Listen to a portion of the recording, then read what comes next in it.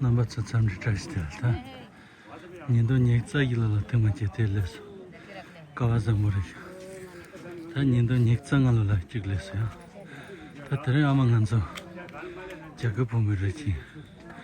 Neko lanroya ta neko. Tanu yoga ngawa yoga viru jeramas. Ande. 왜 응방문 차에서 네. Ne.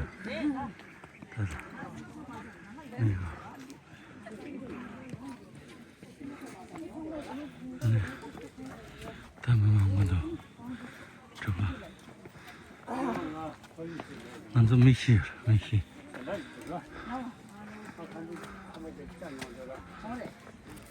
아야, 다 떠걸렸어. 건조는 대치듯이 곰지듯이 못 빼면.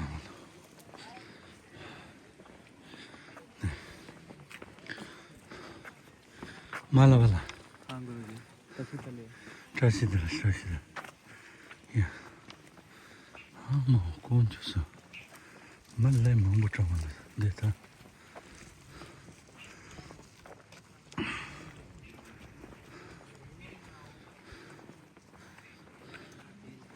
대타면 듣는 마음도.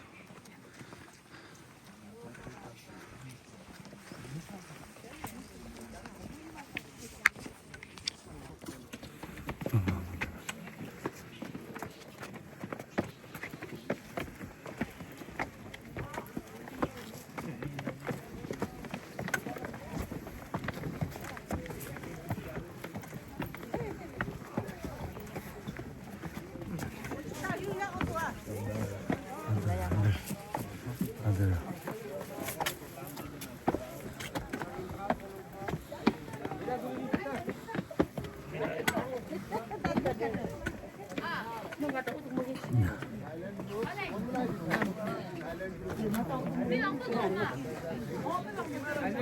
오늘 얘기야.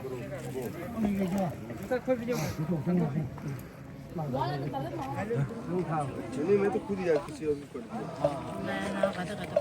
나? 낭캐리라 아장 부산. 빨래서 자꾸 보면서 내쳐서 아마 가운데서 타면 누가 텐더서 สมาร์ทก็ได้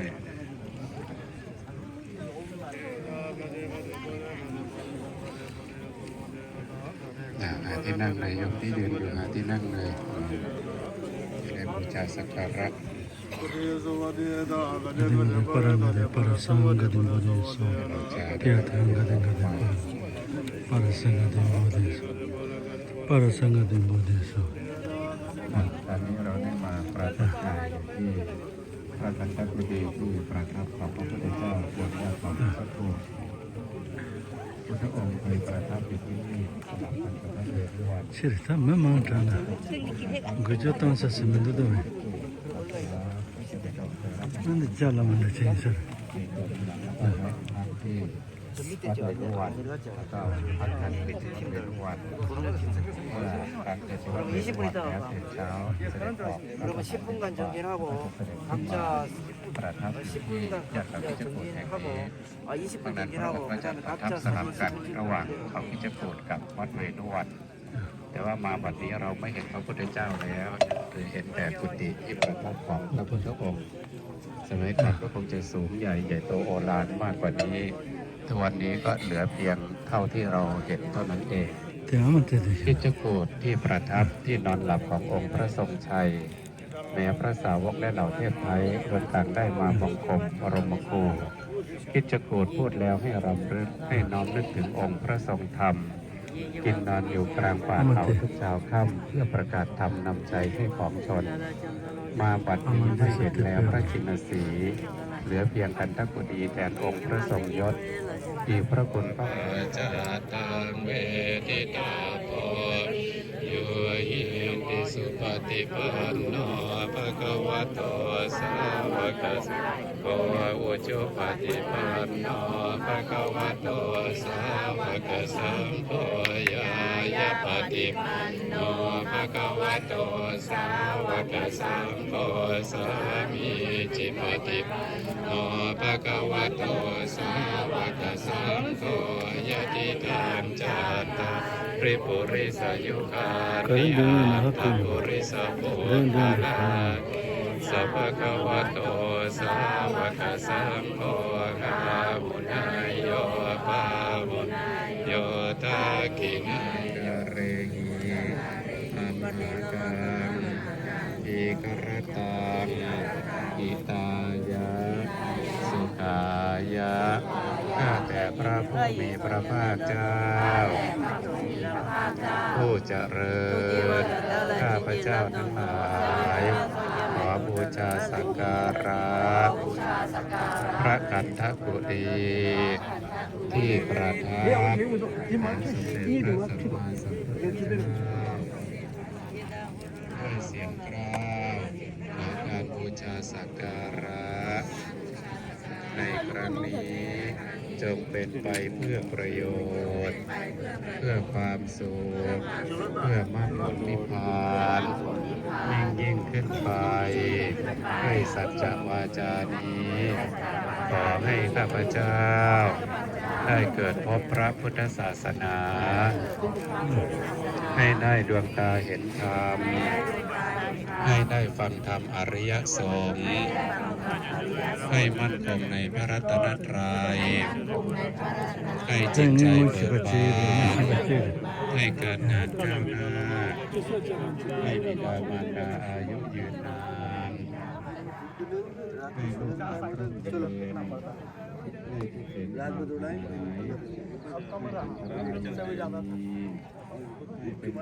한국에서 자발린다 한국 대기에서 사만디오나 그런데 엑스페트살 괜찮아요 단데라 빼먹는데 달라면 망부치는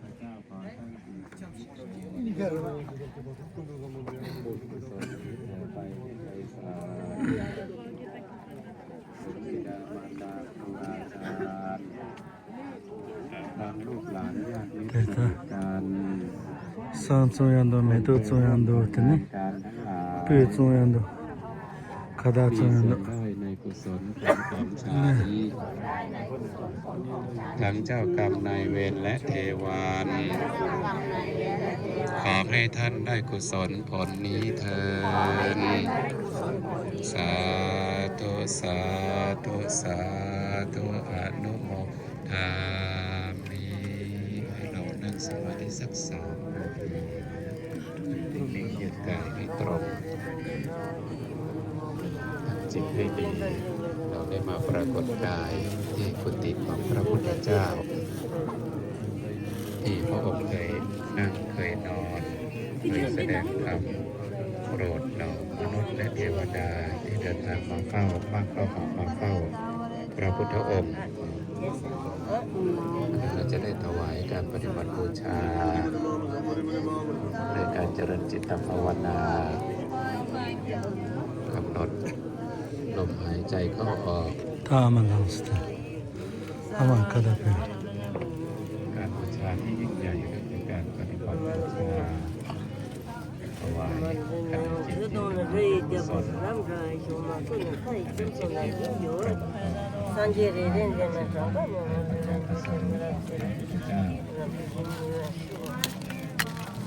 เชื่อมั่นในปัญญาในธรรมของพระพุทธเจ้า 아마 찜빵다 การทำบุญสถานที่ตรงนี้ให้พิจารณาดูเอาเพราะว่าไม่ได้เป็นไปเพื่อไปสร้างสิ่งไหนที่ไหนมันจะอยู่ในมือบางคนบางกลุ่มก็นั่นเองไปให้ปลอดภัยเราไปบริจาคที่วัดน่าจะที่นี่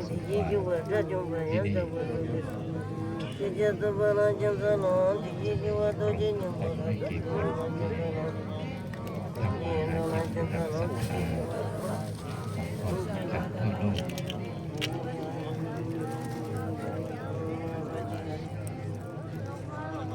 กับเราไปใส่หัวให้กับโจรเราไปใส่หัวขอทานจะเกิดประโยชน์มากแต่ถ้าใครประสงค์จะให้ก็ไม่ได้ว่าอะไร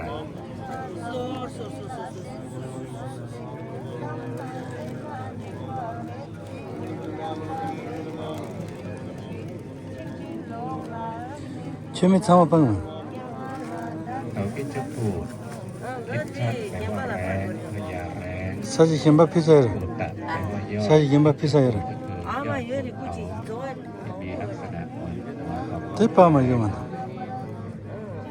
ค 염 รั้งหนึ่งพุทธองค์เคยเสวยพระชาติเป็นพระยานกแร้อยู่ที่เขาหินด้วย 아 เตรียมดูพ่อแม่ตาบอดในการบินไปข้ามข้ามโปรดเกล้าเตรียมดูพ่อแม่อย่างมาวันนี้เราให้ท่านเห็นพระพุทธเจ้าท่านเห็น 하나, 둘, 하나, 둘, 셋. 하나, 둘. हटा गद्दा हटा दो गद्दा हटा दो पहले दर्शन करके बाहर बैठेंगे यहाँ बैठो इधर बैठो इधर बैठो इधर इधर बैठो हाँ ठीक बैठे क्या करना है इसका इधर बैठो ना इधर जय इवो फूलचंद इवो फूलचंद 어수가 네 같이 쓰라 그냥. 잠깐만 너 다 피해줘봐. 같이 쓰자 지금. जय इवो फूलचंद 아 그래 찍어줄게요. 언니 우리 학번 어. 우리 학번만 미안합니다. 나이 뺐는 내가 언니 요렇게 그래 알았다 그래 보자. 언니 요렇게 알았어 하나 둘 김치 하나 둘 셋. 됐다. चलिए दर्शन करके आगे बढ़ेंगे 들어갔다. 하나 들어갔다니까. 하나 둘 아니야. 됐어요. 가겠어. 안 되나? 될까? 아니 이제 나와도 돼.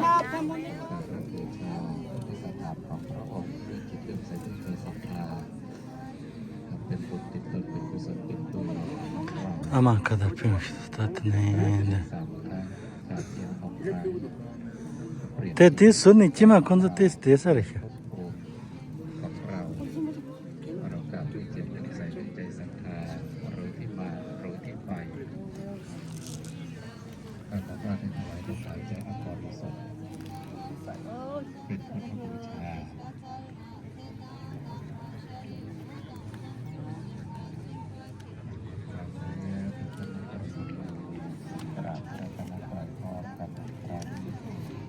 อะระหังสัมมาสัมพุทโธภะคะวาพุทธังภะคะวันตังอะภิวาเทมิสวากขาโตภะคะวะตาธัมโมธัมมังนัมมัสสามิสุปฏิปันโนภะคะวะโตสาวกสังโฆ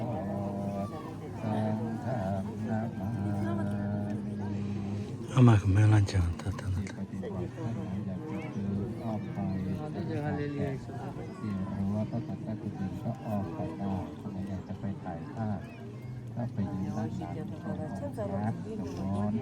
다음에 그게 너무 죄송합니다.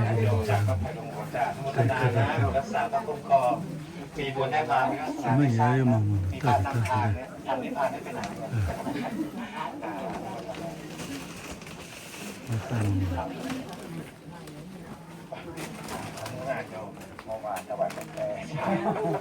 วันนี้บุญนะครับมีบุญสัมพันธ์มีกรรมเป็นพวกพ้องกันเลยไม่เจอกัน 최인지.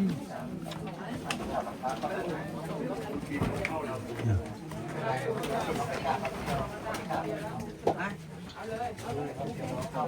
เข้าไปนั่งไหว้แล้วก็หลบทางหลบทาง เดือนสองแก่แล้วพวกเรานะครูส่วนใหญ่เราเดินขึ้นไปเรื่อยๆเราถ่ายภาพนะคนเดินข้างบนวันนี้รวมญาติเราเข้าไปนั่งเลยครับเดี๋ยวเขามาถ่ายภาพเ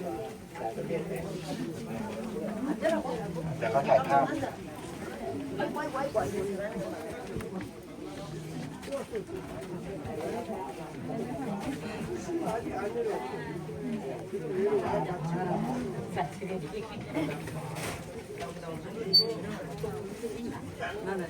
เราเข้ามาด้านใน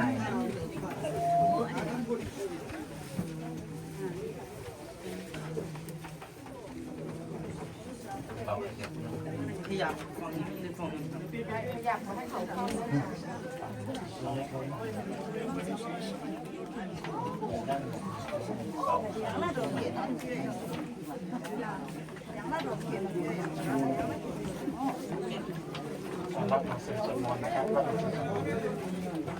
ส่วนใหญ่ก็มาถ่ายรูปเท่านั้นแหละครับถ่ายรูปเข้ามาได้ 한번 산지가 내릴라. 네, 산지 내.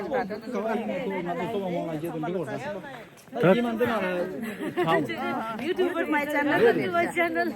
YouTube rida nge YouTube la subscribe chiya lo neko chikba 예, 바라와. ne Subscribe 치인다. subscribe like share kar se kunja 치인다. mangbo chendo 가자 민 가자. 저는 민 가자. chana me Himalaya poet 네, 스마일이 시드다.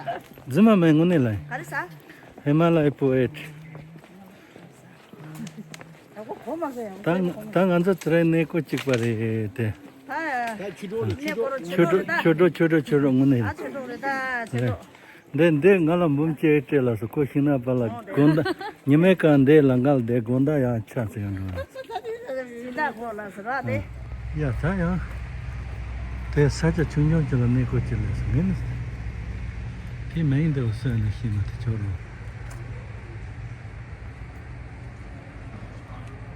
ande na chindo ta ne ko ndo ni ngan so ki ama ni che ane ko ni ya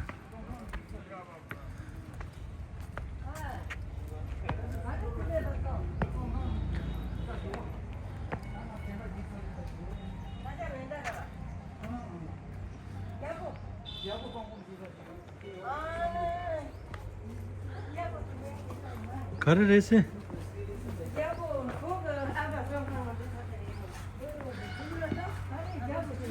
कर से भूख जब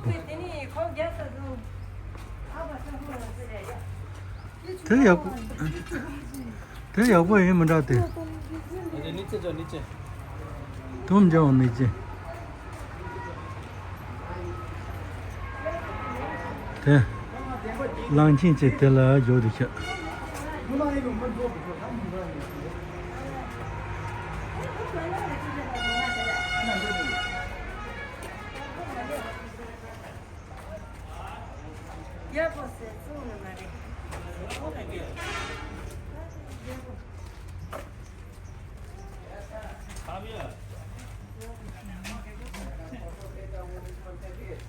तो गाड़ी ले ला.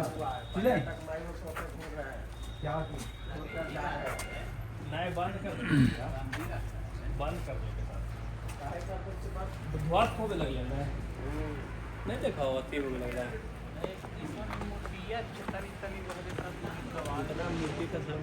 भाई साहब आप पूछ सकते हैं ये क्या है इसमें जो ये पुराना खंडर है खंडर से रहता था हाँ ये किसने बनाया ये सब तो उन लोग बताएगा हाँ आपको पता नहीं है नहीं अच्छा सॉरी 아, 됐네. 가져봐라 해. 담봉에 참아 그걸라서 다친데 해 지라질라. 그게 그라 그래라서.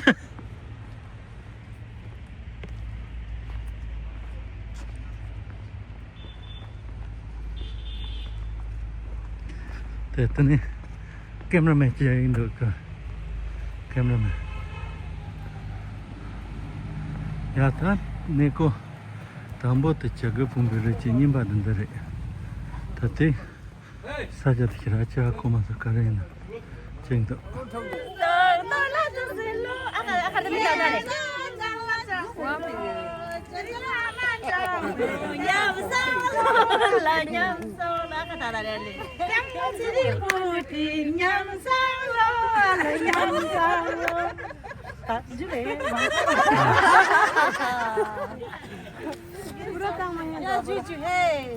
다시 들래.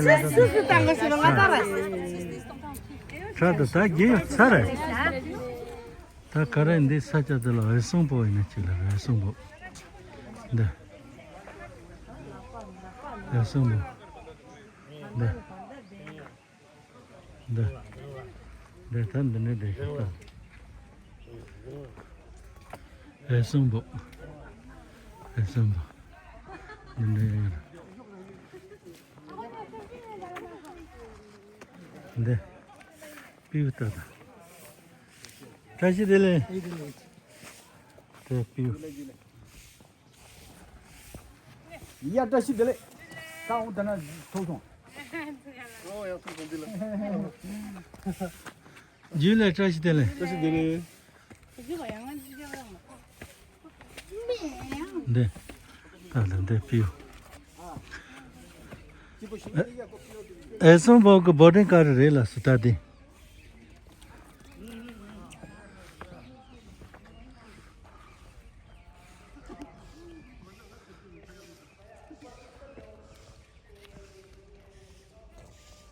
साकंदन दिन आनंद हो रहा पिछले लोग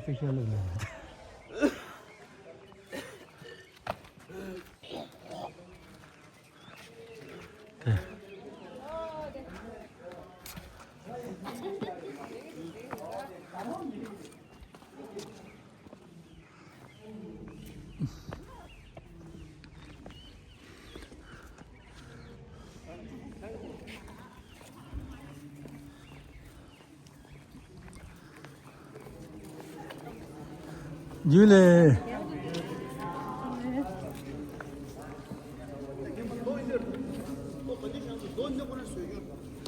वो सोना है अंदर कौन सा सोना है कहानी सुनिए इसका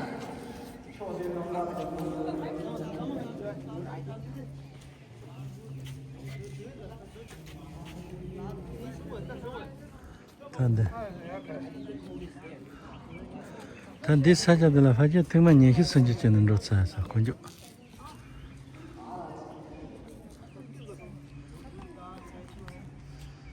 다음은 했어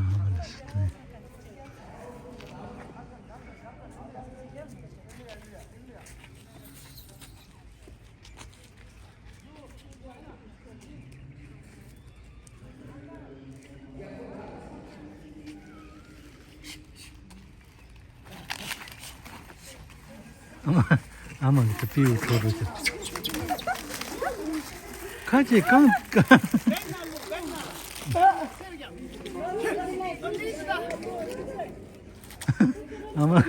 아마 그러면 비스코트 초스 비우.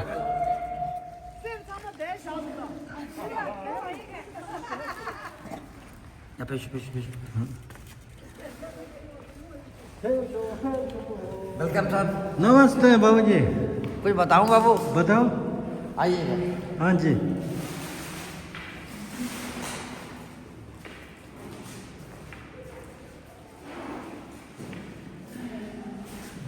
बोलो देखिए बाबू हाँ यहाँ पर एक दरवाजे का निशान सा दिख रहा है हाँ ये दरवाजा जो है बहुत प्राचीन जमाने से बंद है अच्छा और ऐसा इतिहास चला रहा है कि दरवाजे के पीछे 3 माइल की लंबी गुफा है अच्छा सुरंग है तो उधर आपका तातो पानी हुआ हाँ तातो पानी के बगल से 565 सीढ़ी ऊपर यहाँ से होता है हाँ तो पहाड़ के ऊपर में सप्तपर्णी गुफा है उसी गुफा का रास्ता यहाँ तक बताया गया है अच्छा और ऐसा बहुत साहित्य में वर्णन है कि जब भगवान बुद्ध का महापरिनिर्वाण हाँ श्रीनगर में हुआ महापरिनिर्वाण के 3 महीना बाद 500 भिक्षुओं का बहुत महासंगीत सभा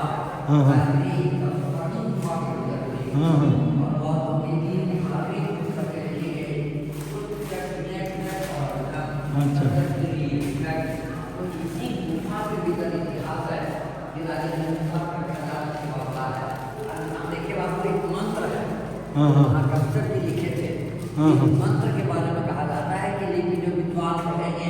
अच्छा। उसके बाद आप पे आप मिल जाएगी। लेकिन बाबा को ये लिपि किसी ने पढ़ा नहीं। जब ब्रिटिश का शासन आया तो अंग्रेज सरकार सामने वाली जंगला से तोप लगाकर पहुंचा था, लेकिन टूटा नहीं। दरवाजे को बदलाव कर गया। भारत सरकार तोड़ने का कोई कोशिश किया नहीं, क्योंकि पहाड़ के भीतर गंदक को हाथ हो रहा है। अच्छा। जंगलों का ताजा पानी निकल रहा है। अगर इसे डायनामाइट से तोड़ा जाए, लाभ हो जाएगा, ज्वालामुखी फूटेगा, तो पानी वगैरह बंद होने का उम्मीद है। कि ऐसे भारत सरकार राज का राज किया है। अभी हम देखिए बाबू साहब अच्छा। यहाँ पर देखा बाबू सांगे भगवान बुद्ध यहाँ पर साथ में बैठे थे। माथे का थे पूरे बॉडी का निशान सिंह का थे, भरचक खाते ने नष्ट किया। मुस्लिम जमाने में बख्तियार खिलने ने तो हो गया। नीचे में जो कटका दिखता है बाबू रेड भी 340 होता और ऊपर में आनंद का सांगे ताकि हम का पीछे निकाल कर सरकार ने